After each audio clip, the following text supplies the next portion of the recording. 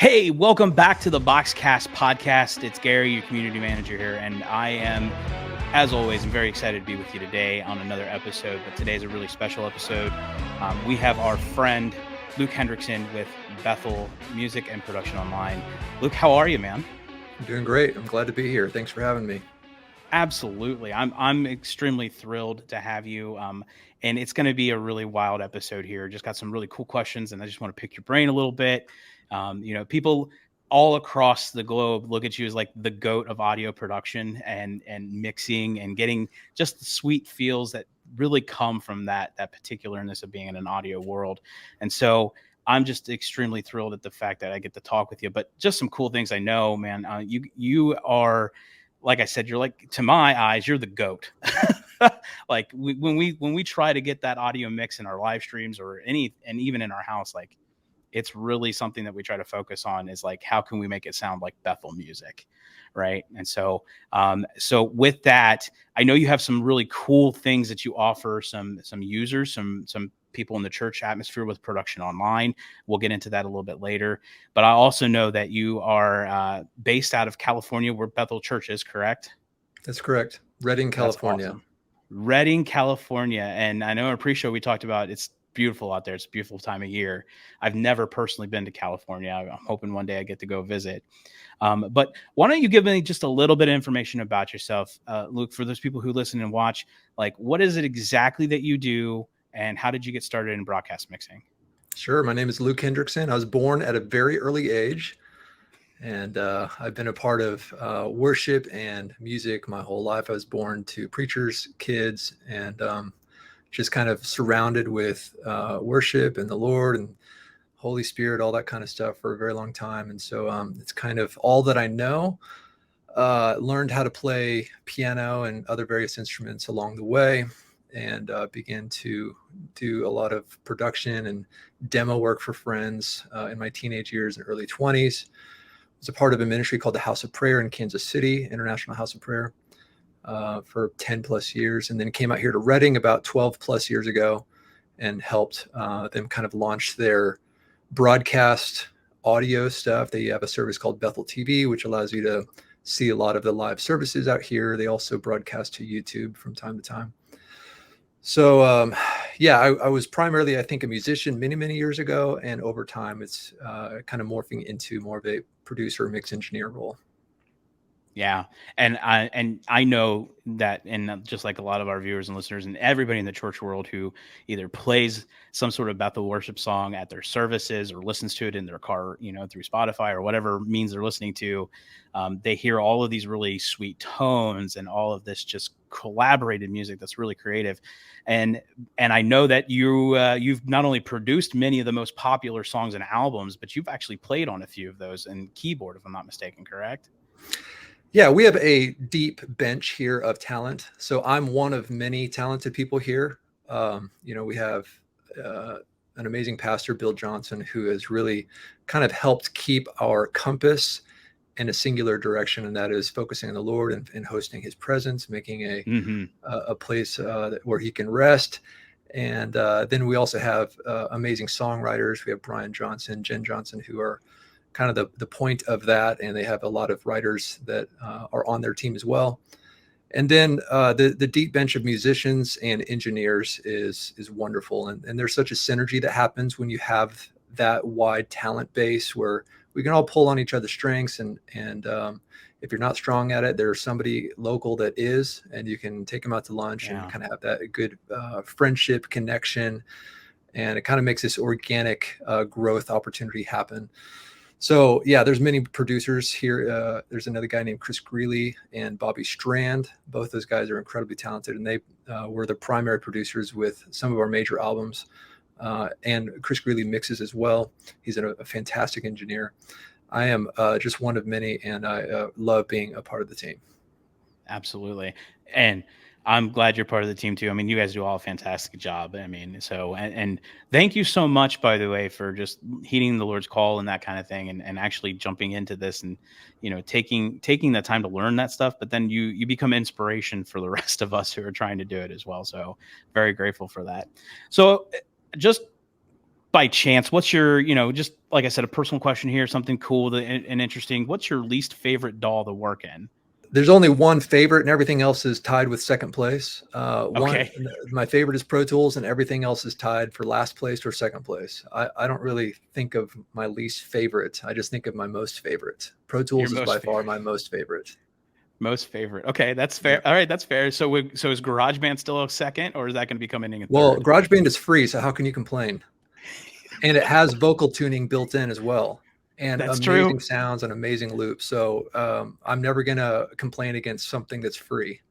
Absolutely. Absolutely. Yeah, good point on that, my friend. Good point. What out of all the, out of all the songs and albums with Bethel Music that you've been a part of, whether that be playing or, helping produce and mix and, or just being in the creative team with that, which of those would you say is probably your most absolute favorite one to work on? Two definitely come to mind. The Loft Sessions was very special because it was different from anything that had been done in our local community as well as abroad. It had such a unique approach to how to play a worship song, very unique tones. We decided to do things that were not normal. Mm, Most of it was organic acoustic type of sounds. When I say acoustic, not just acoustic guitar, but just like a microphone in front of some kind of acoustic instrument. And so it had a kind of a fresh discovery along the way, which was really fun, and a oh, synergy with a cool. wide team. We had a pretty large team working on that. And then another one is Have It All. Have It All was a live church worship record, and we collaborated with the producers and the band a lot. It wasn't a producer telling you what to do or a worship leader necessarily telling what to do, but it was a real democratic approach where the all the band members can really speak into parts. So we spent a week or two in the studio going through every song 100 times, maybe not 100 times, but a lot of times, Wow. and just everybody kind of approaching it from a different angle on each take and figuring out what works and what doesn't work. And so that was just a fun collaborative time to hang with your bros and try to find a way to communicate a song the best. Wow. I bet that energy was pretty intense then. Yeah, that had to have It been an was, intense energy. it was long days, but fun days. Yeah. See, that's the kind of thing that, where you do that, you get that real organic feel out of a song. And I think I would agree with you. You can feel it in the songs when they're actually, finished and everything's buttoned up and then you release them, you can see and feel that inside. So yeah, absolutely. Good, man. Good choices. Well, of course, obviously you have the spec on those, man. You're on top notch of that. But well, let's dive into some audio, like actual audio based questions. Cause I mean, I know that's what you're really renowned for, especially in the broadcast mixing field and area. But why, in your opinion, why is broadcast mixing so difficult? It's not. Um, I think people just try to do it wrong. And when you try to do it wrong, it feels hard, but there's actually a really easy way to do it. It's a laptop and a pair of headphones. It takes hardly any money at all. When when we do our travel broadcast rig, it's a backpack and a set of headphones or in-ears. Like it's just so cheap and so easy. You need one digital cable, which could be Dante or Matty or USB. Mm, You've got all the channels there. It's actually pretty easy. I think the hardest part about it is not the broadcast side of it, but rather the source tone, the source material. That's mm, the hard part. It's getting a great drummer that has a great drum kit that strikes the drums correctly and has them tuned correctly. And then secondly would be having good singers and good microphones. And if they are doing a really good job on stage, your band and your singers, and providing good tone, it's much easier to mix. In fact, it's impossible to get a good mix without that. So we're just so blessed to have a super talented team that provides really great source tone. yeah, absolutely. Okay, I can see that being. So you think it? Do you think that there's like a fundamental knowledge that most musicians should have, that would be more of like a catalyst for really good source audio then? Because I mean, we got a lot of churches with a lot of people, and you got Sister Mary who does her best to sing and does her best to praise the Lord at that moment, but sometimes it just doesn't come out right. So would fundamentals be a key thing you would say is a necessity So to get everybody's better? value system is different. Everybody's going to value something in a slightly different way. And one person, what they value is authenticity and heart expression. And so they don't care about tone. They don't care about arrangements. They don't care about playing something right. They care about something being vulnerable and honest, right? So they are right in their approach because it's true to who they are. Somebody else says, well, I value the tone of something, or I value Mhm. originality and not echoing somebody else's idea, but rather having my own unique expression. So I think you need to be very careful about trying to adopt somebody else's values if you feel like that's not something you're called to. But I think something that we have personally felt connected to is having a value to great songwriting that communicates a message that we think is important or something that the Lord has put on our community's heart. And then great parts and great tones, because that really helps a song get communicated well. And we Mhm. try to communicate it without distractions, with minimal distractions, because when you have a distraction of a bad mix, or you have distraction of playing the wrong chords, or the distraction of singing out of key, that kind of takes away from hearing the core value or the message of the song. And so Right. our Yeah. goal here is to present a meal that is easy to eat with the fewest amount of distractions, and having musicians that really care about minimizing distractions by having great tone, and singers that minimize distractions by singing the right lyrics and singing the right pitch on a good microphone. It just seems to be a value system that everybody in our community just kind of agrees on. But I wouldn't Yeah. say that somebody else doing it differently would necessarily be wrong. It's just they just have a different value system. Hmm. I mean, that's an interesting take on that. That's really an interesting. I like the way you said that, but I like more the analogy that this is a meal we're serving. So Mm-hmm. that makes a lot of sense in the world. And I mean, we deal with, like, my church is a lot smaller church, obviously, than Bethel church is. I mean, we're running maybe like 4% of what Bethel Church would run on a given Sunday or a given time. But, the atmosphere has to be conducive to the same thing, right? You've talked about that many times. Like, you've said on many previous podcast interviews and episodes that I've seen, that the reason for mixing or, doing any kind of broadcast mixes is you're trying to make it an encounter. You're trying to develop an encounter. Can you give me a little bit more about that? Like, not just in Bethel's point of view, but what makes a really good encounter something that you can bring to people and serve like a meal? Like, can you give me a little bit more about that? I think people are drawn to authenticity. If you hear somebody singing a song that they don't believe in, it's not going to hit the way it's going to hit if somebody is singing from a place of experience, a Mm, place of living their lyrics, not just intellectually conceptualizing their lyrics, but when they're singing from experience, they're singing with history behind those lyrics. I think it impacts the listener so much more. And so, I think a lot of our writing comes from a place of this is something I've experienced, or this is something that I'm reaching for, not just to impress somebody, but because my heart really, really believes it. So there's a conviction behind the lyrics. They may not have tasted of it yet, but they have a faith, or they have a belief system profound enough that it hits the user in a way that feels authentic. mm. That's an even more interesting take. Yeah, you're right. I can see that being a good point of view when it comes to, when you're presenting something and you're actually pushing out something that would have to be, at least good quality, right? I mean, I think that's the difficulty with a lot of church audio, whether it be in-house or in broadcast mix, sorry, is the presentation has to be at least a good quality, because you do create, like you said, you create those distractions, and that really becomes, I think, the most evident piece of that for me is like, the song Egypt. Like, that's a powerful song, right? When you talk about coming out of Egypt, right, and the Lord bringing you out of that, that's a lot of history behind there. And as you're saying that, I was just kind of getting, the lyrics were just like popping into my head. It's a little awkward sometimes because I'll start drifting off into the space there. But yeah, that's an interesting take. I like the fact that you focus on that. So does Bethel music, and then in general, is that kind of like the mindset a lot of times, is just authentic passion, emotional worship that comes from that place of history, or comes from that place of, whether it be pain or joy? Is that kind of like a value trait that comes in when writing the songs and producing the songs?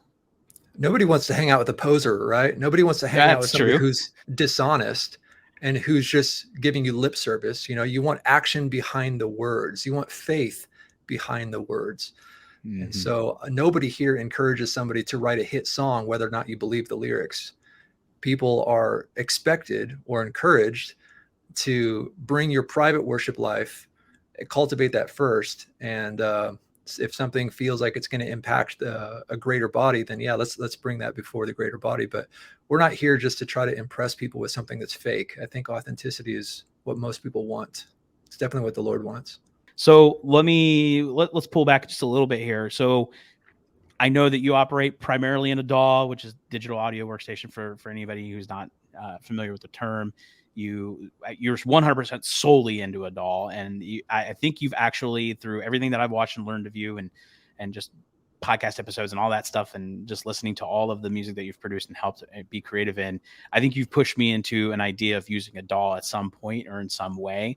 I've primarily, with our church, but we're primarily directly from console. Like, we're doing a matrix mix out and just kind of that direction. But if we were to move to that, like, say you're talking to a beginner who had no clue what they were doing and just getting into the whole broadcast mixing with the DAW system, what are the 3 most essential plugins that you would recommend that they use, and why? Good question. So you can make a great mix with just about any plugin. So I'd be very reluctant to say that this is a must-have plugin, because there are 100 great EQs and 100 great compressors. That's So true. everybody should be very careful about the sex appeal of something new or flashy, or something that somebody you respect says that you must have. I think that's a fallacy to try to avoid. An EQ is an EQ for the most part. There are different shapes and stuff, and I think the best thing to do is just to have a lot of experience, a lot of exposure to various things, because everything has a place and a purpose. And so one thing that I enjoy, but again, this is not necessary, is the SSL channel strip. And the reason why I like it is not because it's the best, but because it's fast. It's what you call a channel strip. It means it has everything all in one window. And for live mixing, speed is essential. Features are way down the list. Complexity is way down the list. Speed is way higher on the list. Reliability is really high on the list. And a channel strip of any kind, there's many other channel strips that are fantastic, but the SSL one just has a great high and low pass filter, several EQ options, compression, gating, phase reversal, input, output gain. And with that, you can get pretty much an entire thing colored the way you want to in one window, and you don't have to go down into deep menus to try to resolve an issue that you're hearing. You can quickly touch it and then move on to the next thing. You don't want to be wasting a lot of time when you have no ability to hit rewind in a live environment.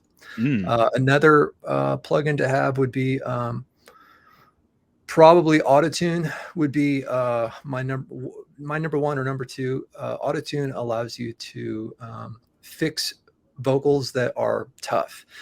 And no matter where your skill level is, it's going to improve your singer. So a bad singer is going to sound good, a good singer is going to sound great, and a great singer is going to sound near perfect. So everybody has an opportunity to benefit from Autotune. And a lot of haters will come in and say, well, Autotune is fake and singers just need to learn how to sing. Well, the person that says that, I encourage you to go change your role and go do what they're doing and see if you can do it perfect. I don't like it when people are armchair critics. Instead of criticizing people, why don't you just fix it and do it yourself? If you're that good of a singer and you think you're that smart, why don't you just go do it yourself and prove to the world how great you are and how much you don't need Autotune?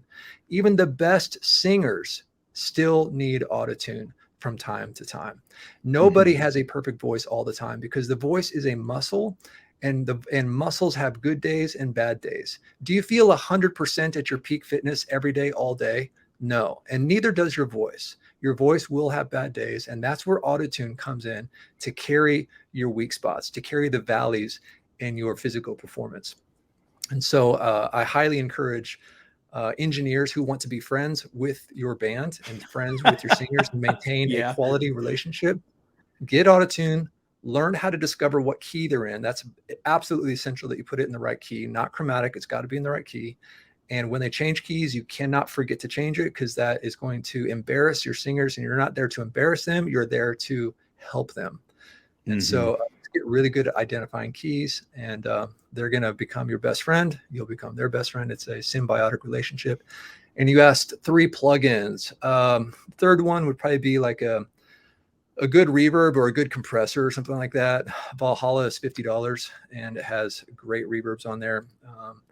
A good compressor could be like an LA2A or an 1176 of some kind. Oh So yeah, I the think with those 1176. plugins, you should be able to build a really solid mix. Yeah. See, I knew you were going to go down that route of either the LE2 or the 1176. I knew that. And I was like, I was hoping you were still sticking with it. Like, I was hoping you didn't find a new one that you were into. And I knew you were going to go down the auto tune route. So that's a really tough thing to get people to get into, though, is auto tune, right? I mean, there's that whole digital sounding kind of feel to it sometimes. I guess, is that just more, you think that's more just playing and getting the expertise with it to kind of fine tune it and tweak it in? Is that more or less the notion with using autotune, and is feeling comfortable with it? Because there's a lot of people out there who just don't feel comfortable with it. Mm-hmm. You must put it in the right key, not chromatic. If you put it in the right key, it will do a very good job for you. And you got to put the right settings in there. And I'm a big fan of Antera's autotune. That's my favorite one to use. Okay. And if you get good singers, they're going to sound a lot better through it pretty much 100% of the time. That's cool. That's a hot mix. I wasn't aware that you were into Antera's autotune. I didn't know that. I've seen Waves come up quite a bit in a lot of people's conversations, right? But I didn't know it was Antera's. So that's an interesting thing. But in your, I mean, obviously, if you were giving this advice to a newbie, right, like me, using a DAWs of mixing for their broadcast mix, right? Where would you look? Would Pro Tools be, obviously, because I mean that's your number one go-to, but would you suggest like Waves Performer, or or would you stick with Pro Tools, or even the free version of GarageBand? Yeah, to me, there's only one DAW. It's Pro Tools. That's the only thing I advocate for. There is no backup plan. There's no second place. I don't even think about the other ones. Pro Tools is the only DAW in the world as far as I'm concerned. And so if somebody asks for advice, that's the only thing I would recommend. It's by far the fastest when it comes to mixing, in my opinion. And I've used all of them. I really have, except for Fruity Loops. I've never used that one.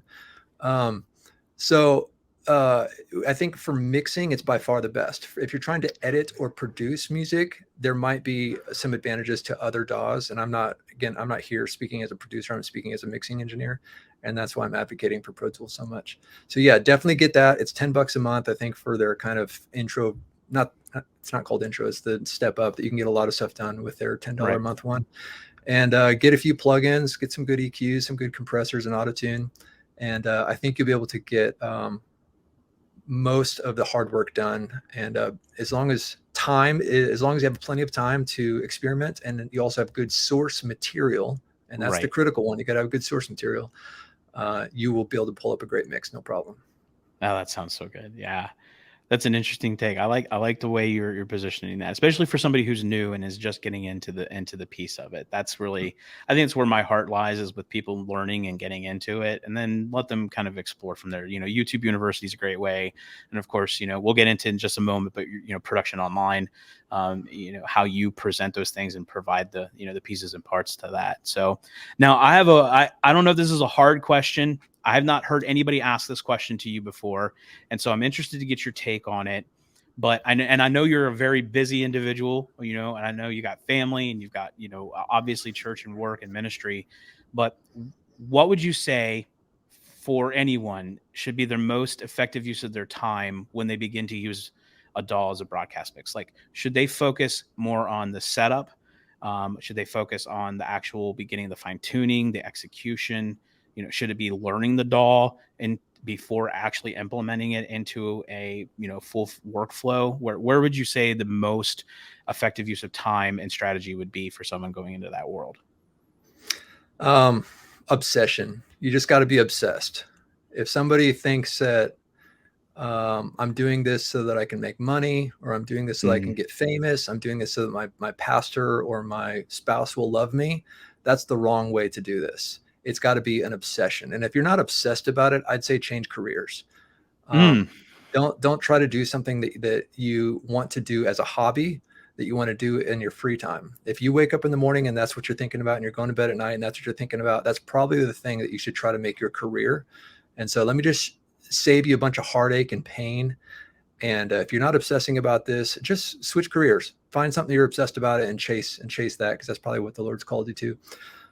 So if you are obsessed about it, it will automatically lead you to success, because obsession leads you to a lot of exposure to that amount of time, and the time will make you great. If you put 10,000 hours in something, if you have even a half amount of talent for it, you're going to become great at it after an amount of time. So watch a lot of videos, read a lot of manuals, push a lot of buttons, and try to break stuff and put it back together. If you want to learn how a car works, take every nut and bolt apart and put it back together, and you're going to learn a lot more about a car. And so, try to get your hands on as many stems of albums as you can. That shows you like the solo drums and the soloed vocals and the solo bass, and take notes of all your favorite artists and how they sound. Why does the bass sound that way? Why does the drum sound that way? Why do the vocals sound that way? Why do they stack the background vocals like this? Why did they put this kind of reverb on there? And so with obsession, you're going to go in and laser focus on 100 different things, and eventually it'll make you a master of it. So I don't think there's one particular thing that you should be going after. You should go after all of it, and only do it if you love it. Only do it if you love it. Wow, that's a hot take on that one, Luke. Only do it if you love it. You should find a new job if you're not obsessed. That's right. That's a hot take, man. That's right. That's a really hot. I've not heard you ever say that. Too many people are stuck in things they hate. They're just doing it for a paycheck, and that sounds like prison. That's true. That's very true. I mean, it quite honestly is a fact of life, unfortunately. We get complacent, and then it becomes a methodicalness, and we get stuck in that rut. So yeah, absolutely. I see that. I completely. So I'm going to ask you another question. It's kind of on the same boat then. What wins when it comes to broadcast mixing? Is it creativity, or is it obsession with structure and making it sound, absolutely perfect? Which one should win that contention? I'll put a third one in there, the source material. Okay. If the source material is junk, broadcast is junk. Like nothing matters if they're playing scales on the stage and hitting the wrong notes and playing the wrong beats and singing out of tune and singing the wrong lyrics. It's like, what's the point? So to me, the only thing that wins in broadcast audio, front of house audio, monitor audio, is a great band that loves what they're doing, and they have chemistry with one another, and they've rehearsed a ton. And there's also no fear on stage. When you have fear on stage, band members and singers are scared, and fear doesn't allow you to want to take a risk and do something spontaneous and brand new. I think so many people, back to the point of authenticity, so many people are drawn toward authenticity and having something that is real and alive to them. And so having a band that not only has experience with one another, but they're also fearless with one another and they empower one another is huge, because they will go out on a limb and try something crazy that might just change the world and might be a synergistic thing that inspires the other band member to follow along with them. So when that happens, mixing broadcast, mixing front of house, mixing monitors is easy and fun. Yeah, synergistic. Is that a real time? Is that like a real time Webster's dictionary word, or is that just brand new to the Hendrickson household? I think synergy is a word. I'm not sure if synergistic is a word. We'll have to figure that out later. It should be a new word. We're gonna have to submit it for review for this year's induction in the definitions list. Absolutely. Yep. Well, let me just pull back just a little bit here and just kind of ask you, what was one of the biggest flubs, faults? What was one of the biggest, I don't want to say failures, but let's go with that, failures that you've ever experienced in your time broadcast mixing and getting it right? Man, that's a very personal question, isn't it? It's like, can you just talk about your greatest failure, the greatest time that you made the biggest mistake, and just tell everybody about it? That's a great question.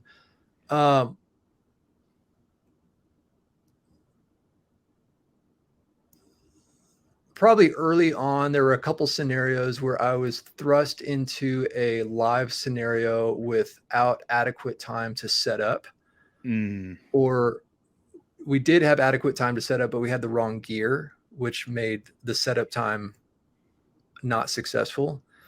And there were a couple broadcasts back in 2011-ish that were definitely lackluster, especially the first half of some of those live broadcasts, because we were still picking up the mess because of a failed setup time. But as time goes on, you begin to discover little tricks to make setup faster, or the pieces of gear that fail all the time, so you have backups of those pieces of gear. So when it does fail, you always got an extra one there ready to go. Mm-hmm. But yeah, just a lot of preparation will fix these things, and then showing up during the rehearsal as early as possible. So when the band is rehearsing, so is the sound guy or sound girl. Mm-hmm. They are there with the band. They think of themselves as a band member, and they learn the songs. They memorize the arrangements so they can preemptively make changes. They're not reactionary, but proactive. They're not reactive, but proactive in those changes. And it just is going to be a lot more dynamic of a mix to listen to. Absolutely. Wow. I know it was a more deeply personal connection, because yeah, you don't want to flaunt your failures to everybody out there, but I mean, a lot of people look up to, not just you yourself, but they look up to Bethel Music as a high standard of what quality is and what good songwriting is and what good production sounds like. Right. So, and I think it's just fair for, some of these churches who are just like, okay, I'm not stuck in the same, a boat alone here. Like Luke has had the same problems I've gone through, and so has Bethel. Right. So it's one of those things where, just, I have always had the same problem getting people to show up on time for anything. And so just to hear that that's one of those scenarios that, you guys experience too, makes it all the more real that, this is something that we're all encompassed in together. So, but I want to pull back and I want to talk about production online. I've seen it. I've looked through all the material. I'm very interested, and I'm sure many listeners are, and many people who are watching this are interested. Can you give me a rundown of what production online is? Yeah, we just want to help people get better at their obsession.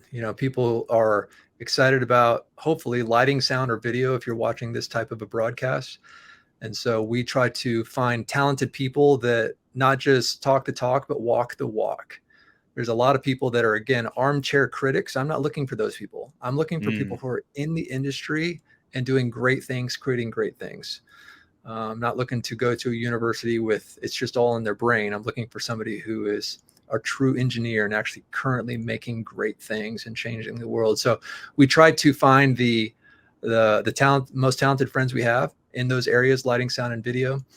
I'm sorry, yeah, lighting, sound, and video. And they are just coming together as mostly friends and trying to create an opportunity for people to glean from their successes and learn from their failures as well. Mm-hmm. And so I'm one of the teachers among maybe 30 or 50 other teachers or something like that. And the library is always growing. Roughly every 2 weeks, new content is being released, and you can subscribe to it. And there's also the template that I use to live broadcast is available on there. It's the template we used here at Bethel for many, many years. And it allows you to kind of get a quick start on your broadcast, live broadcast stuff through a DAW. But again, it still comes down to really great source material. So that just comes down to you working with your band. And if your band stinks, then you should start your own band and fix it yourself. Remember? So instead of complaining about it, you become the solution, not the problem. There you go. All right. And where can we find you at with Production Online? Productiononline.com. Yeah, just go there and you can kind of preview all of the different classes that are available, and hopefully something will inspire you to want to check it out. Absolutely. That's amazing. That really quickly, what is I've seen, it caught my eye a few days ago when I was scrolling through some things on social media and doing some searching. You guys had this really cool idea, this offline Q&A. Is this just like a live Q&A session that you had with some of your friends who are just experts in the field? Yep. Last year we had a conference in Dallas, Texas, and we had maybe 6 or 8 of our talented teachers come in and teach individual classes. And then we had a group panel where they all got on stage and were able to kind of interact with the audience and answer live questions that came in. And so it's just a fun time, half of it's serious and half of it's jokes. But it was a fun time just to kind of see the wisdom of the teachers, but also some of the personality of the teachers come out. Yeah, absolutely. Is there another one planned? Yeah, we are hoping to do another one. It'll have a slightly different theme to it. No date is on the calendar yet, but stay tuned. We think it'll happen sometime, hopefully soon. Fantastic. Well, we would love to help you promote that event if that does come out. Let us know what we can do about that, and I would love to be Sure, there as well. So sure. this has been an amazing time, Luke. Thank you for like sitting through all of my questions, and I mean, you gleaned so much wisdom from it. So I'm very grateful. And again, we're very grateful that you took the time to be with us. So if there's anything else that we can talk about, man, you let us know. But we would love to have you back on the podcast at some point. And hopefully, we can talk something else other than just audio at that point too. So how do you feel about that? Would it be cool? Sure. Sounds good. Excellent. Thanks for having me, Excellent, Gary. man.